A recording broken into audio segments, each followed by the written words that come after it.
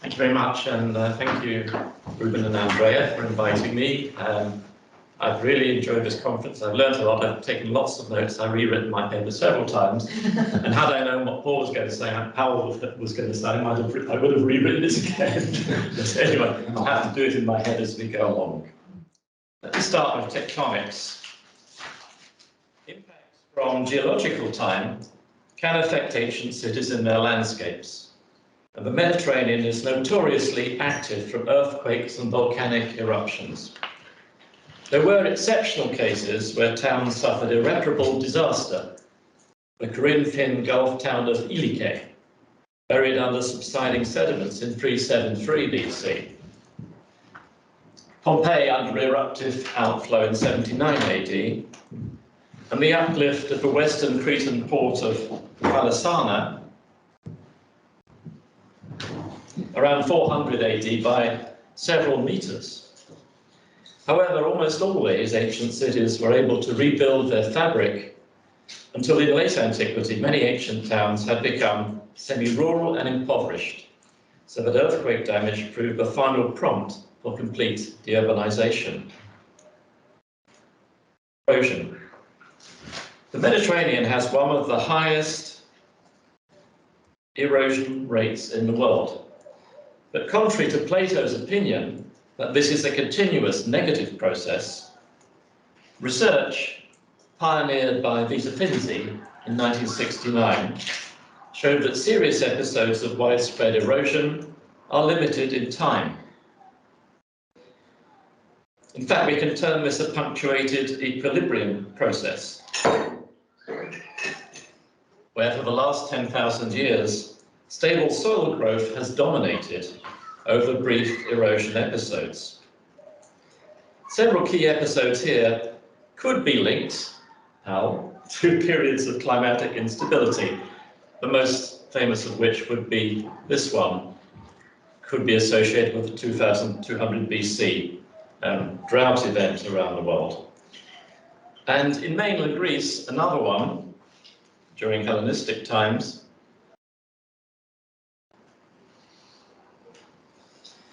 would seem to combine an unparalleled peak of land use in an unusually dry countryside, if we follow Anton's climatic curves. But the complex interaction between climate and erosion could be illustrated by a case study by Kassala in the hinterland of ancient Antioch. Progressive upland settlement occurs from Bronze Age through to late Roman times.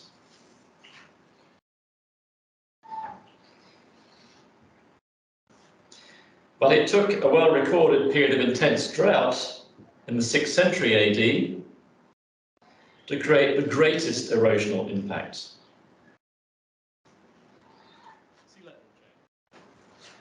Many Mediterranean coastal towns now lie far from the sea, such as famously Ephesus. As the coastline retreated ever further away, ancient cities tried through dredging and the creation of alternative harbours to counter this threat to their existence. It used to be thought that this was simply the consequence of excessive land clearance in their hinterland, bringing unparalleled quantities of river alluvium to push their deltas outwards into the sea. But in reality, the causes are far more complex. Global sea levels rose rapidly at the end of the last ice age, from around 120 meters below present to around present levels around 6,000 years ago. Till very recently, they hovered around this height, till from about 1800 AD, as we see from this curve, they've begun to inch incrementally higher. But during the rapid sea rise period, the coast was far inland from ancient times, as we see again the story of Ephesus. This is the Neolithic coastline here.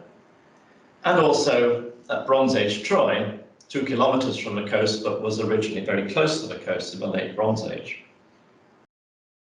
Note that the great Trojan river, anciently called the Scamander, was already bringing great masses of alluvial sediment into this plain. But they were submerged under rising sea levels until this very late point. With the virtual sea level still stand from the Bronze Age, the alluvium began to reclaim land from the sea, ultimately landlocking most of the ancient ports of Western Turkey and Greece, which were settled on river deltas. However, even when port cities were being swamped and landlocked by alluvium, a second factor was pushing their port facilities down below sea level height as a static rebound. As land bankers show, the waning of North European ice sheets uplifted Northern European regions, but depressed the European periphery lands such as the North Mediterranean. Thus, although sea level was approximately globally at modern height, the level of 6000 BC, the coast of 6000 BC, is 6 meters down in the Aegean. Although sea level is approximately at modern height, also 2,000 years ago, that coastline is now 1.5 meters below present. So this means that ancient harbours, not on deltas, are now only visible, part of them at least, large parts, 1 to 2 meters underwater today. In the Egyptian delta, it's compaction of the Nile sediments that is continually pushing ancient sediments down. Calculations shown here for the possible impact of contemporary global warming on sea level rise would see large areas lost to the sea. Change. I should be careful what I say now, Paul. So the rapid post-glacial sea level rise we just discussed can of course be tied to the peak warming of the Earth by 6,000 years ago, followed by progressive cooling till the Industrial Revolution, when we see the effects appearing on the far right of the graph in terms of temperature. Within this general trend, there had been shorter phases of distinct climatic fluctuations, which could well have been important to the agriculturally based societies of the ancient Mediterranean. This is a graph by Knapp and Manning, and some of these more severe changes could, I agree with Powell, did not cause problems, but they contributed to problems. And that would include what we saw at the end of the early Bronze Age and what happens at the end of the late Bronze Age into the early Iron Age. Interestingly, this graph of Stewart and Bernard is slightly different when it comes to what happens in the Greek period and Roman period. It's inverted to your speleotherms. I think there's reasons to think that Anton may be right, and perhaps in fact the Roman warm period should be transported to the classical warm period, and the Roman period should perhaps be a decline. It makes more sense archaeologically, but in any case. But to read diagrams like this and to think about the overall climate and then look at local responses to these changes, we have to include the insights of climatologist Michel Magny, based on pollen diagrams. In a warming world, the Northwest Mediterranean and Northwest Europe could have a hot and dry climate, whereas the East and South Mediterranean would be warmer and wetter. Conversely, in phases of a cooling global Earth, the Northwest Mediterranean would generally have a cold and wet climate, and the East and South Mediterranean a cold and dry climate. So these are really very contrasted overall trends to which we have to look at their local implications by region, as we've all been listening. And to add to that local effect, we have other more typical effects in the Mediterranean climate. Sorry. As Robin Osborne has reminded us, the Greek climate is always marked by a dry year, approximately 1 in every 10 years. And historic sources identify specific times when Hellenistic cities had to be fed by imported grain. Whether or not these Hellenistic sources relate to the additional stress raised by declining rainfall, as Anton might have suggested, we could add to that burden. management. So naturally, individual cities made landscape interventions to safeguard their farming land. In my own study region of Boeotia in central Greece, 5 ancient cities bordered the vast and fertile lands of Lake CAES, shown here in Edward Lear painting from the 1860s. And this is an area that Ruben Post has also been writing about recently.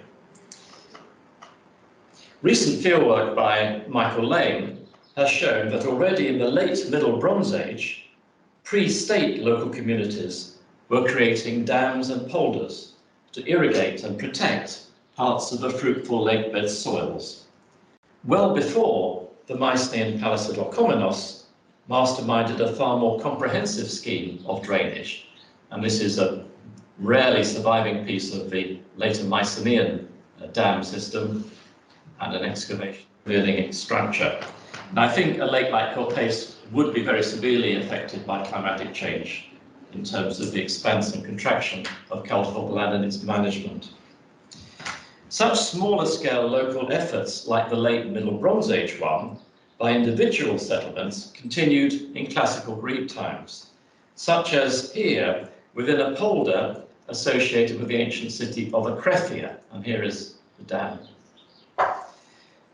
As city finances declined in Hellenistic and Roman Republican times, to the advantage of a new rich class of proto-capitalist elites, powerful citizens like Epaminondas of Akrefia deployed their wealth to protect the city's dikes.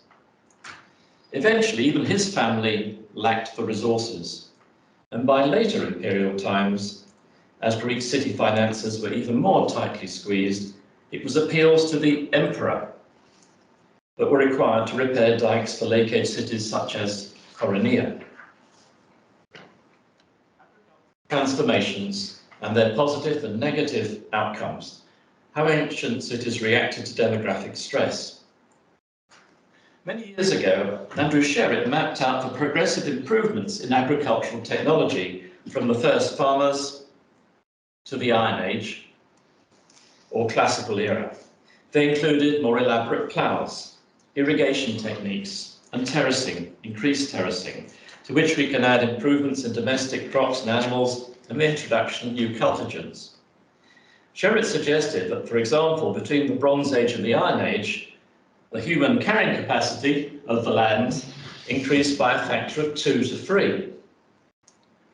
Survey and Dalmatia reveals the effects, where we see an ever wider range of soils and pasture land in use, and you see the size of the dots here, the squares, ever denser populations up till the Roman Empire. In this karst landscape, massive stone clearance to lighten the soil, piled into stone field boundaries, has preserved the field divisions of the Greek colony of Pharos on the island of Kfar, a landscape I surveyed many years ago. In Greece, Lohman's survey of the classical deme of Atene in Attica calculated that ancient terracing had increased crop yields to 150% of previous output. All these changes produced an extraordinary effect on the Mediterranean landscape. If we simply compare a map of population centres in Crete during the late Minoan period, Bronze Age, with a map of Crete's classical cities, we see a vast multiplication of towns.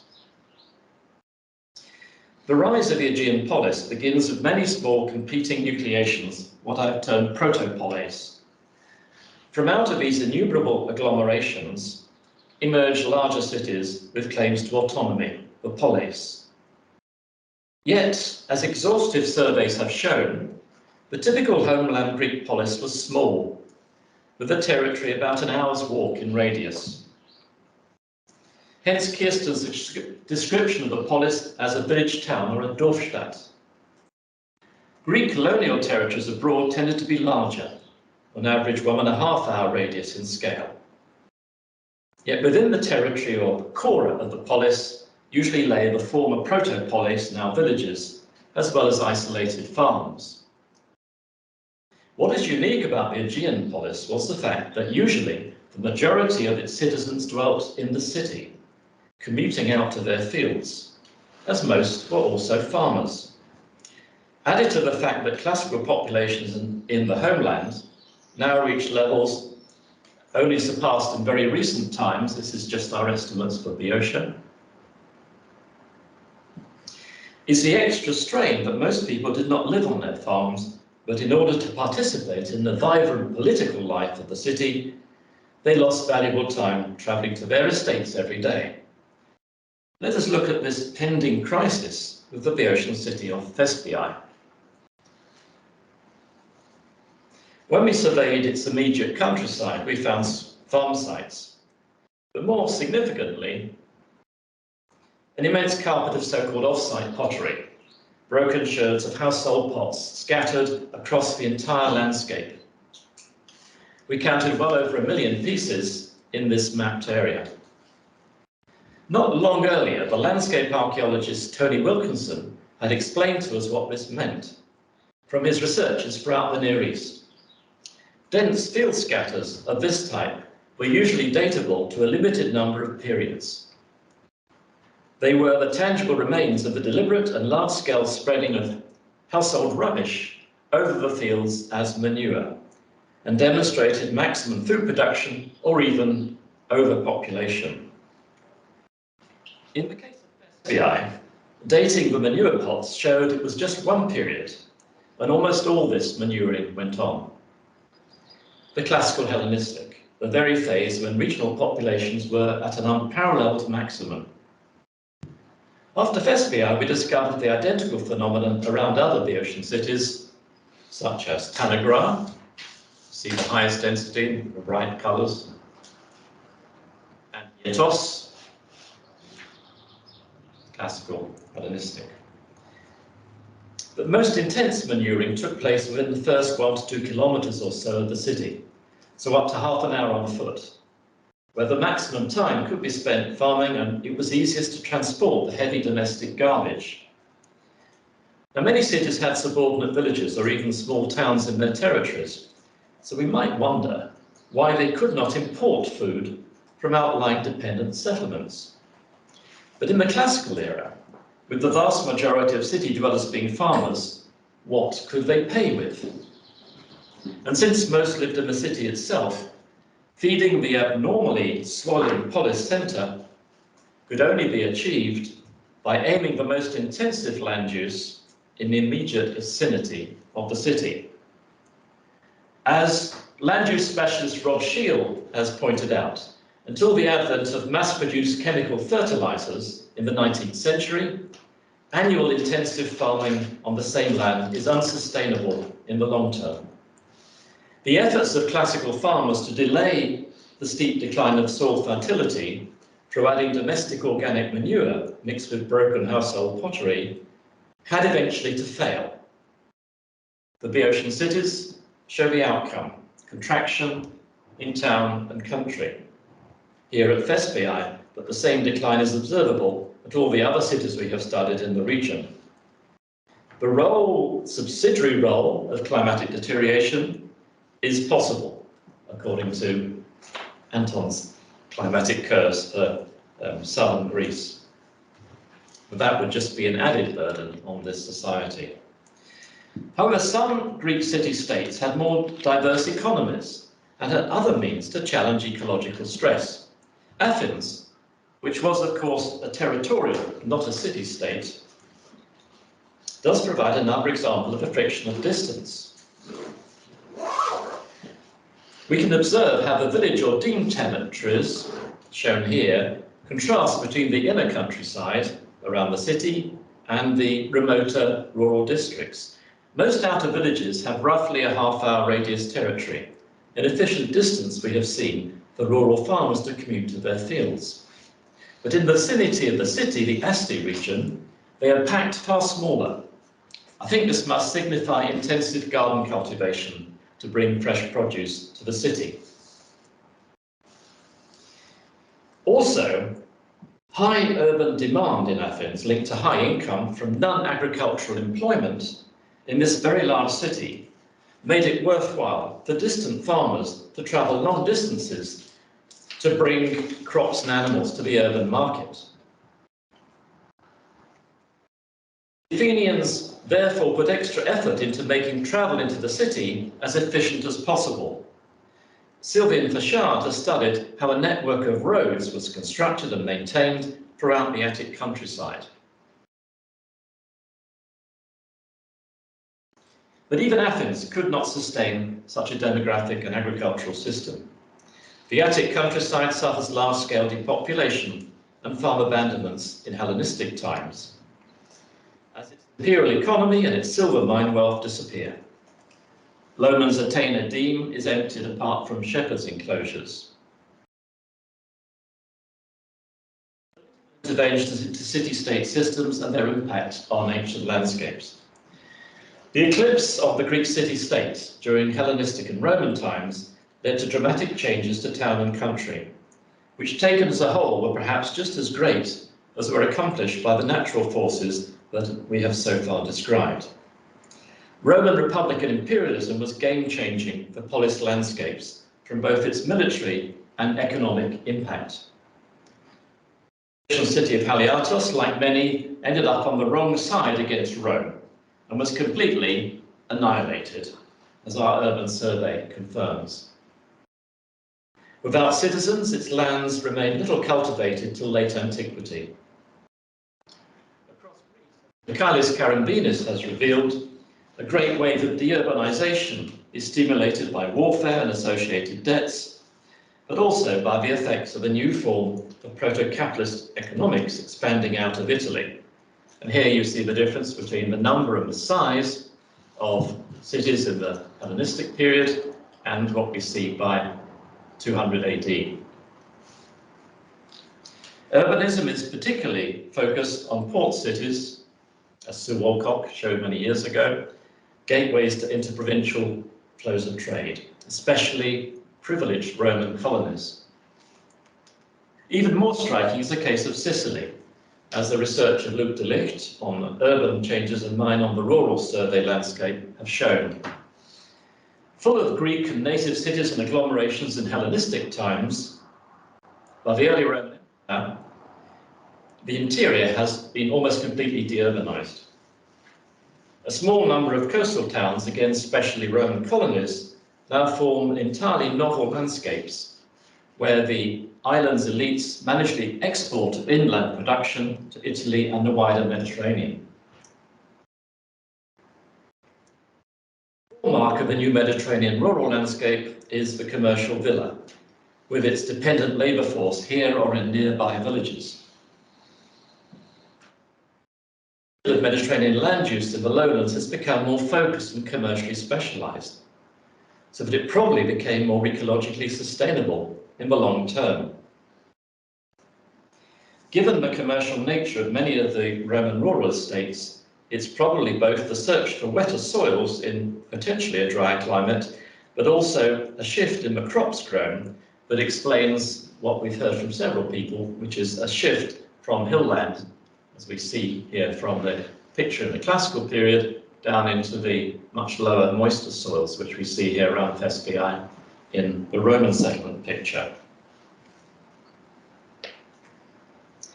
But this could have been more ecologically sustainable, much lower pressure on the land.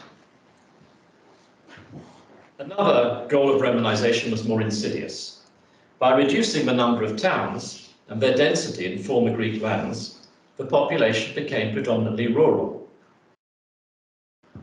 We had calculated that in the Greek homeland, city-state landscapes had 20 to 30% rural. But this changes in the early Roman period to 80 to 85% rural.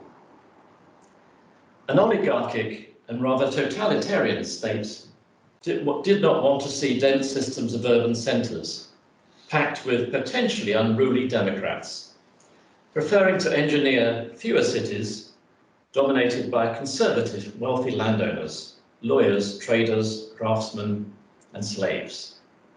Thank you very much.